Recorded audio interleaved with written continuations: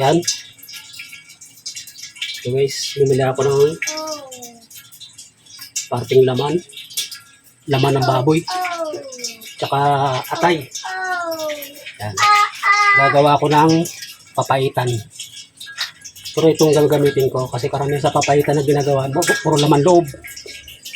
So, ito yung gagawin ko. Okay, start na natin.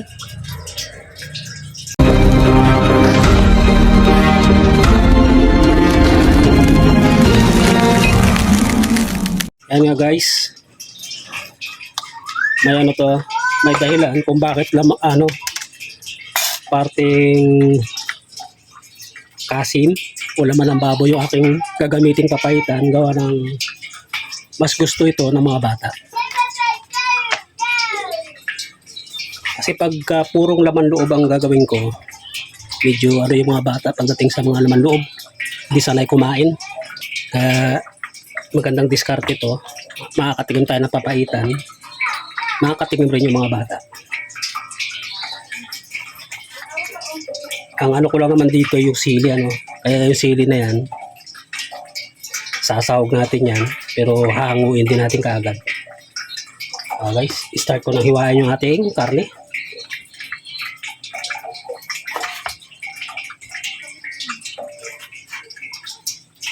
Ganito lang yung tamang pagayat ko.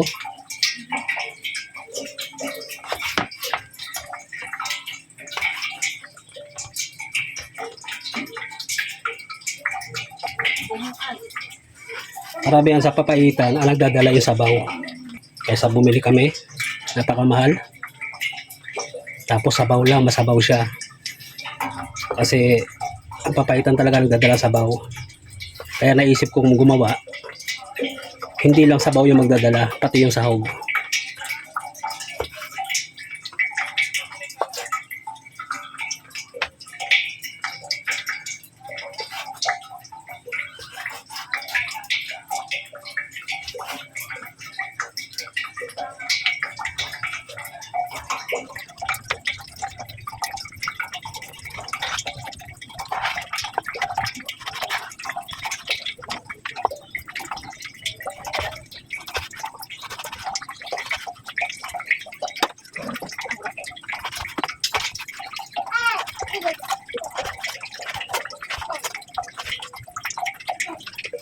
Ito na yung nagayat natin yung karne. So marami-rami din. So guys, so gayatin ko naman yung ating atay. Kung ano yung gayat ko dun sa karne, ganoon din ang sukat ng gayat ko dito sa atay.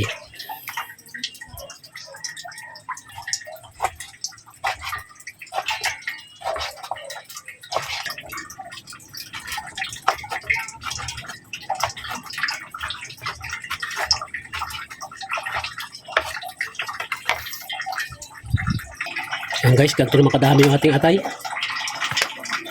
Ayos to. Mas masarap yung maraming sahog. Ayan na nga. Okay na. Na-prepare na yung ating mga gagawin. Itong pinagpigaan kong kalamansi, ito yung gagamitin natin pampapait. Ayan. At least kahit paano healthy pa rin siya. Ayan guys. Kaya hindi ko siya tinapon. So, gigisa na tayo. Ito yung aking gagamitin kawali guys. Medyo malaki para madaling maghalo. Pag sinangkot sana natin yung mga karne.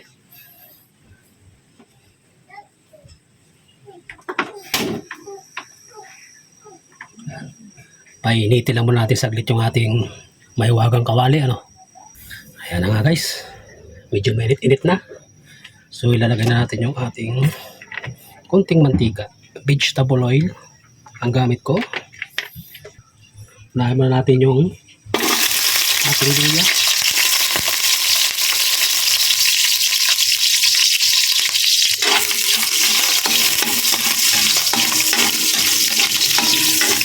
Umamoy lang yung ating luya. Okay na yan. Sunod na natin yung ating bawang.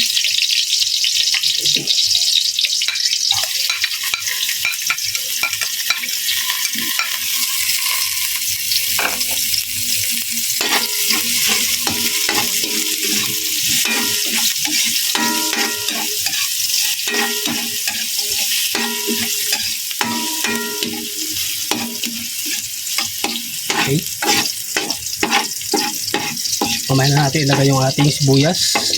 Ito muna.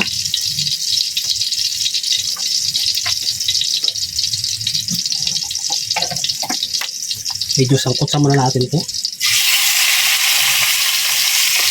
Inuna ko yung luya natin saka bawang para magkaroon ng flavor yung ating atay. At paano mawala yung kanyang langsa, no? Ayan.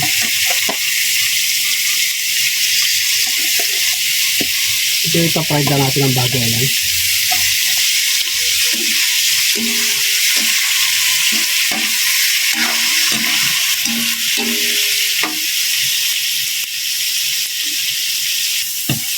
Kaya gusto ko, pag ako nagsasakot, gusto ko malapad.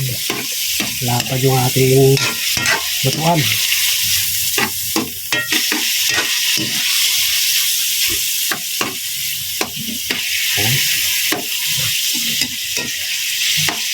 Pariwa itong atay na bili ko kanina sa palengke.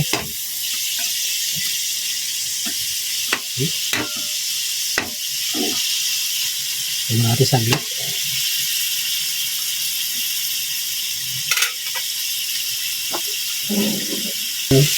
Paglagay nyo ng bawang, sunod nyo na kagad yung yung atay, para yung bawang hindi masusunog, parang sabay lang siya dun sa atay.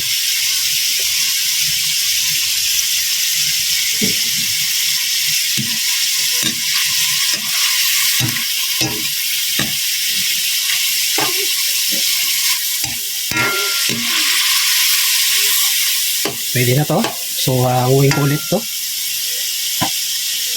Ibasa ko lang natin lagayan.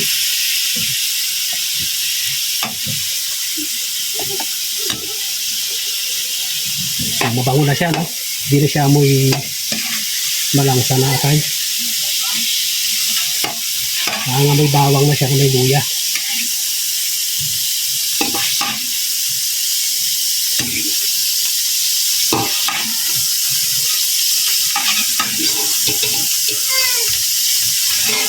Okay.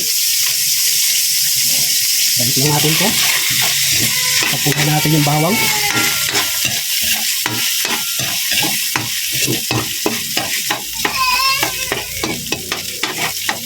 Wait lang natin mamula yung bawang. Okay na yung ating bawang. Ayan, gawin yung ating sibuyas.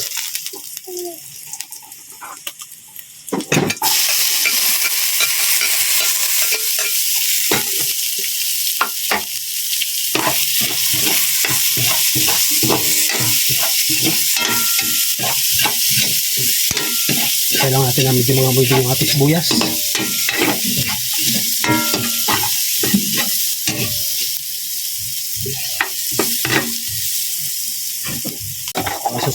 Sangkutsa na rin natin yung ating pork kasim.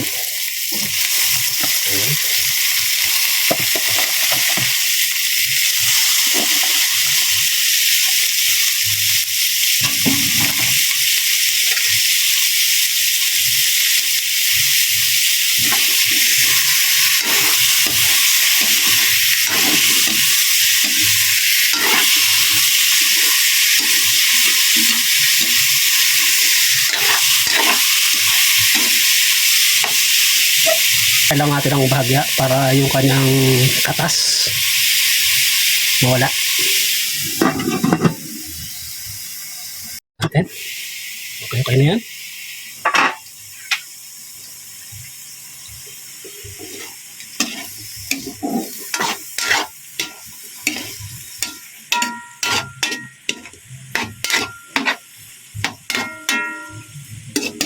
So ilagay na natin yung ating mga pampalasa. Lagay tayo dito ng patis. Patis ang gagamitin ko.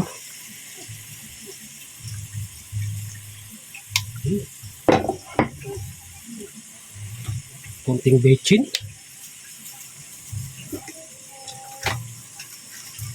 Lagay na rin tayo ng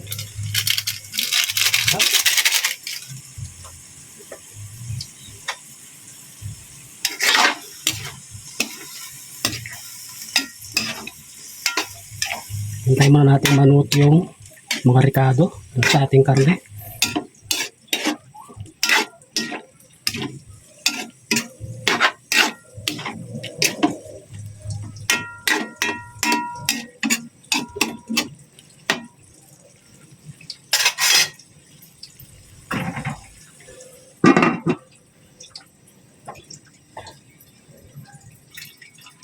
Check natin guys. Maglalagay na ako guys ng kapirasong sili na green.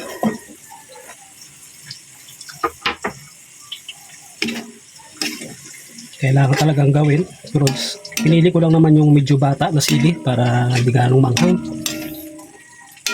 Pag kinain ng ating mga anak.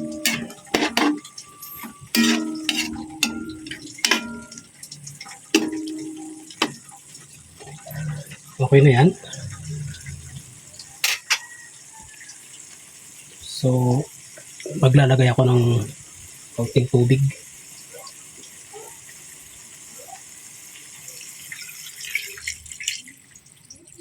Yan.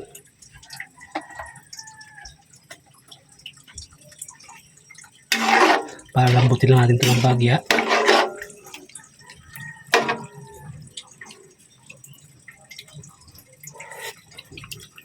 Medyo matabang pa. So, add tayo ng asin. Okay. Habang pinapalambot natin yan. Hanggang sa habang pinapakuluan natin, no? Habang pinapalambot, sama na natin to.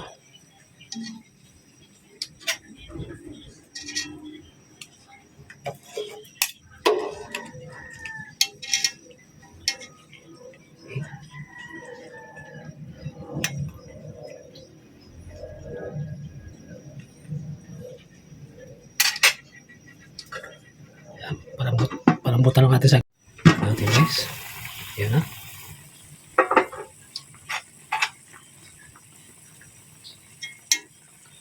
Sumanin. Yung ating ilagay.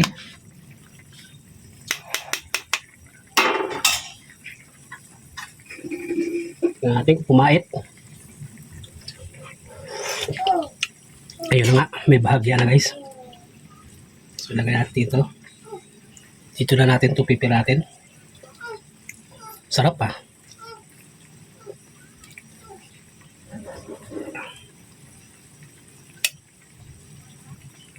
Pipiratin natin yan. Pisain natin. So, ilagay ko na ito guys, yung ating atay.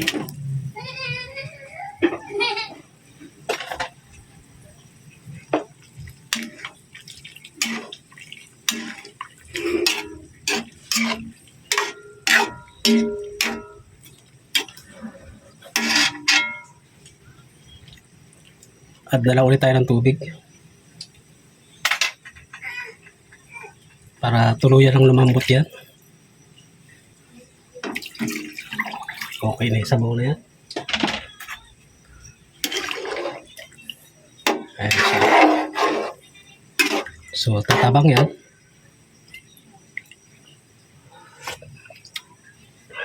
Okay. Tumabang siya.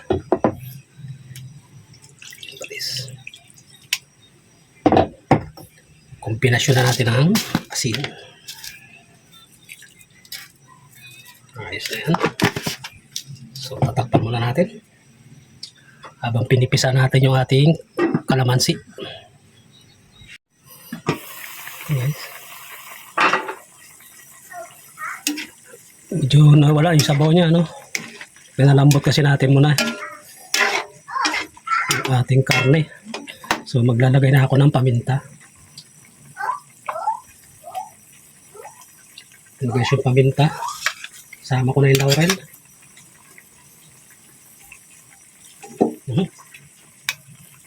Basta yan.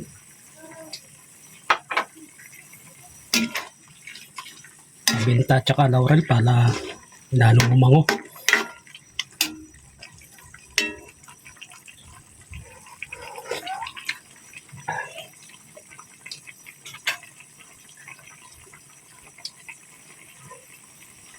Lalagay ko na yung ating kalamansi.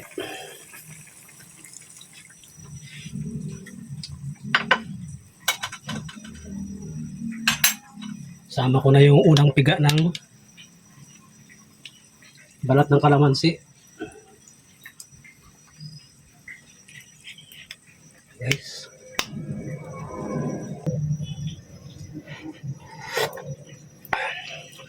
Tamang-tama lang yung sabaw niya para pag sobrang pait, pwede ka mag-adjust ng sabaw.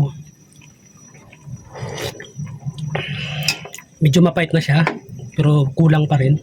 So, pipigayin ko pa ulit. Kapa muna natin yan. Adla ako ng water, guys. Yan.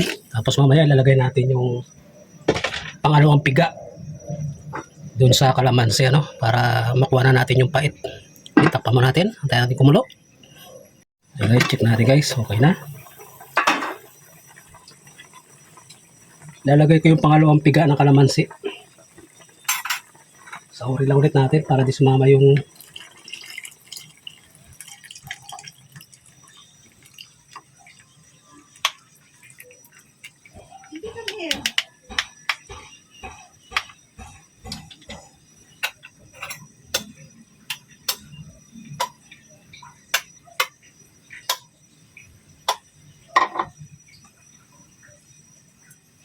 mas masustansya to, guys. Okay na sa akin yung sabaw na yan.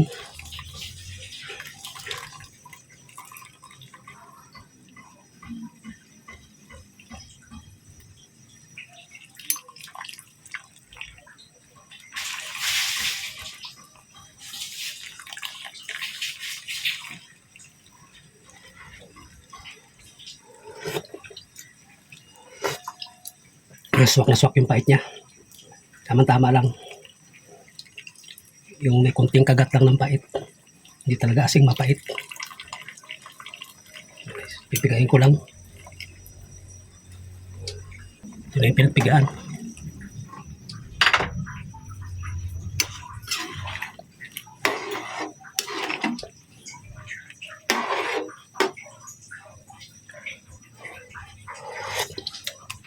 Okay, guys, sarap. Ayos na yan.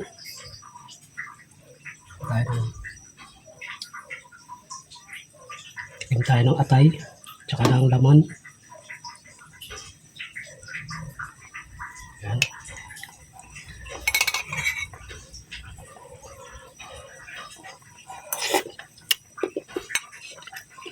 Tama-tama lang yung lambot ng atay. Itong karne. Ito natin.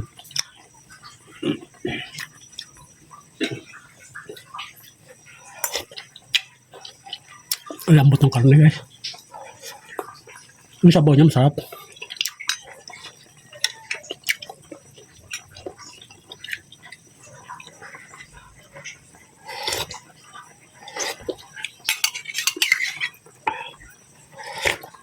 Ang sarap ng sabaw.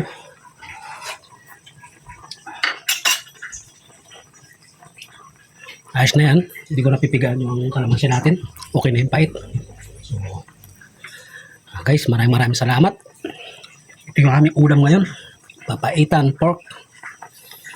Pork papaitan. So, itong sili, sasapaw ko na lang, pero papatayin ko na yung ating kalan. Baka umanghang no? Hindi makatikim yung mga bata. Yan.